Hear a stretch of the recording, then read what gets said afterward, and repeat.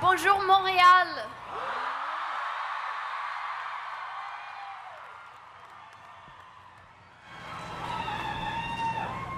Je suis très heureuse d'être ici au Canada, au Québec.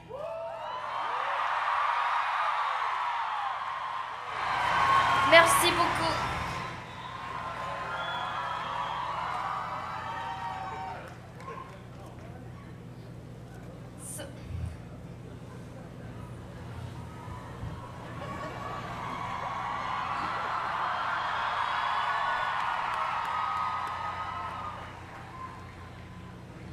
So, at least 500,000 here today.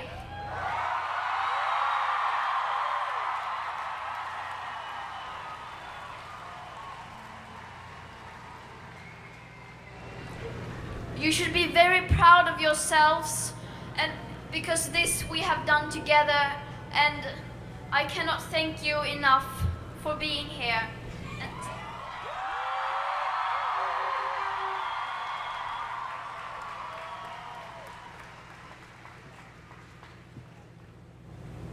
So, around the world today, millions of people are marching right now, and it's just incredible to be united in such a way for a common cause, and it just feels great, doesn't it?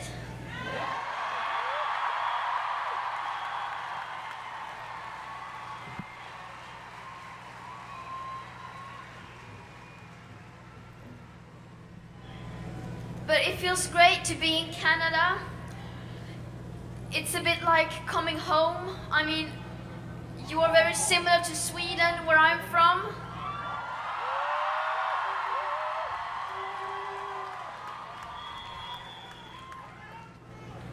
You have moose and we have moose. You have cold winters and lots of snow and pine trees. We have cold winters and lots of snow and pine trees.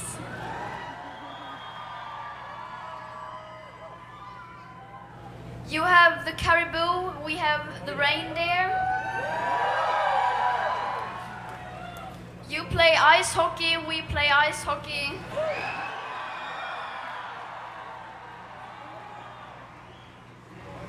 You have maple syrup and we have, well, forget about that one. You are a nation that is elegibly a climate leader.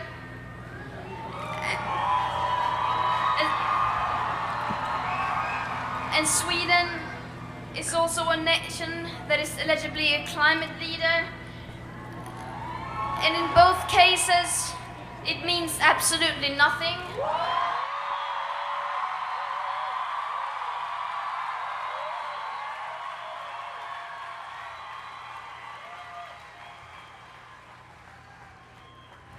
Because in both cases, it's just empty words.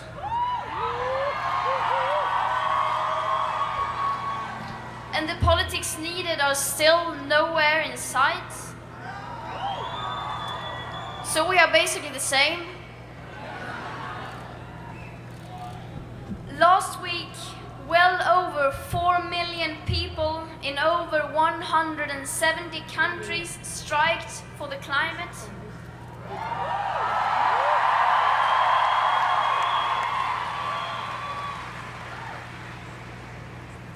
We marched for a living planet and a safe future for everyone.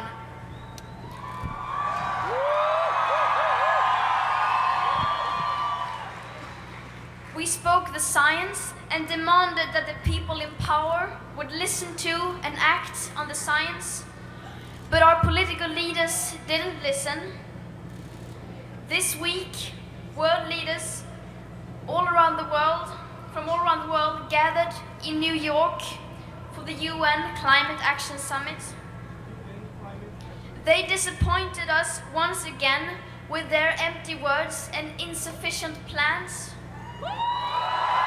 We told them to unite behind the science, but they didn't listen.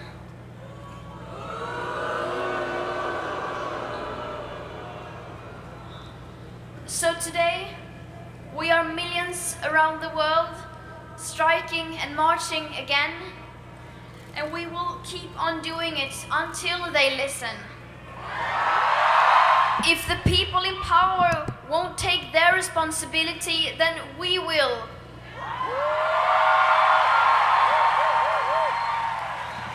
It should not be up to us, but somebody needs to do it.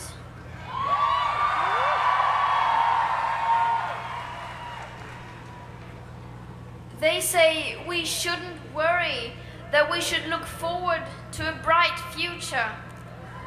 But they forget that if they would have done their job, we wouldn't need to worry. Hello? If they had started acting in time, then this crisis wouldn't be the crisis it is today.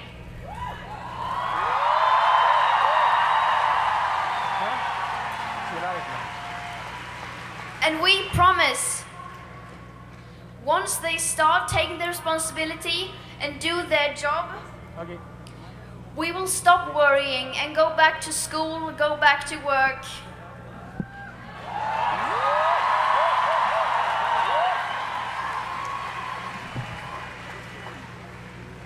And once again, we are not communicating our opinions or political views. The climate and ecological crisis is beyond party politics. We are communicating the current best available science.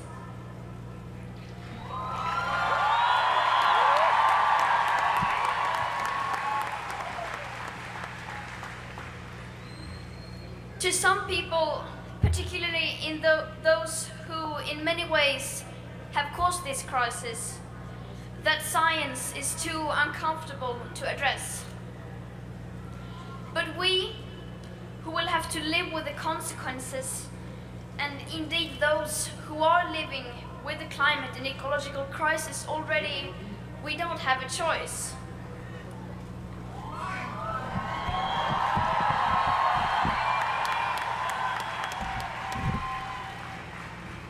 To stay below 1.5 degrees Celsius and give us a chance to avoid the risk of setting off irreversible chain reactions beyond human control, to do that we must speak clearly and tell it like it is, and tell the truth.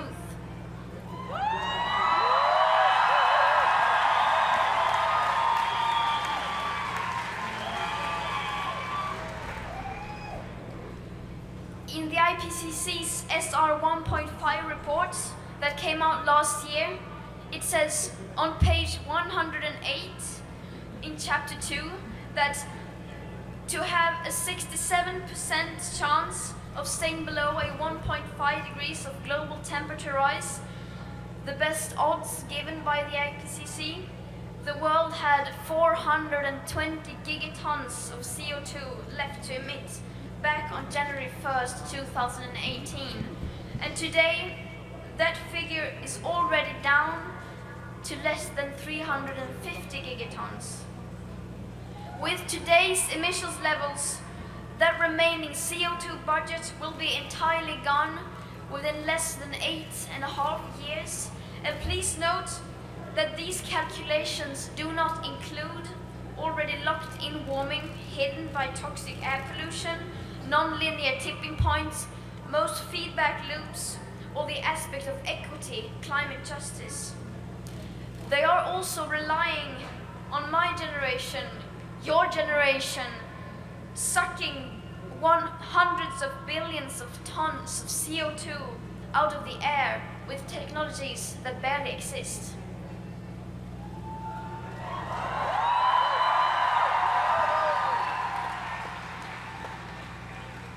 And not once, not one single time have I heard any politician, journalist, or business leaders even mention these numbers. They say, let children be children. We agree, let us be children. Do your part, communicate these kinds of numbers instead of leaving that responsibility to us.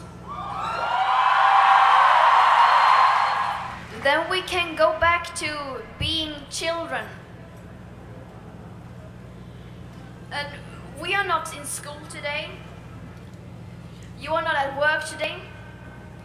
Because this is an emergency. And we will not be bystanders.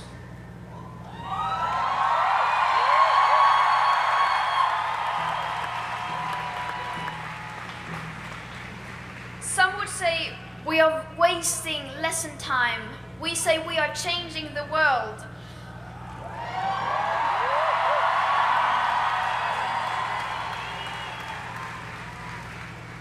So that when we are older, we will be able to look our children in the eyes and say that we did everything we could back then.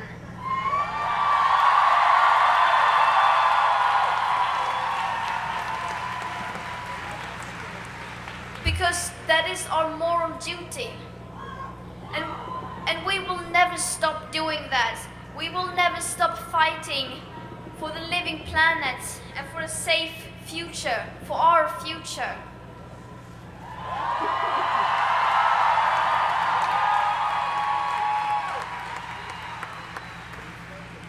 We will do everything in our power to stop this crisis from getting worse, even if that means skipping school or work.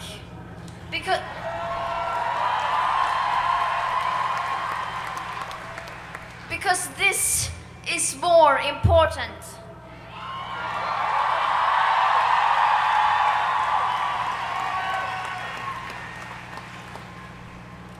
We have been told so many times that there's no point in doing this, that we won't have an impact anyway, that we can't have an impact and make a difference. I think we have proven that to be wrong by now.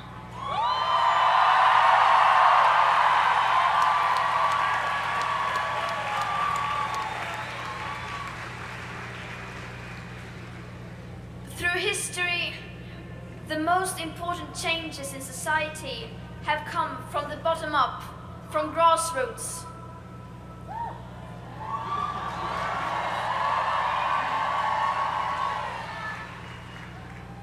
And the numbers are still coming in, but it looks like well over 6.6 million people have joined the Week for Future, the strikes on this and last Friday.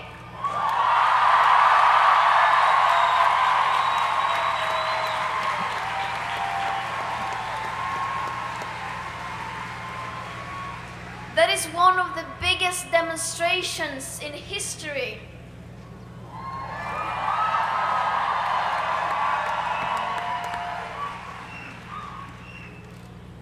The people have spoken, and we will continue to speak until our leaders listen and act.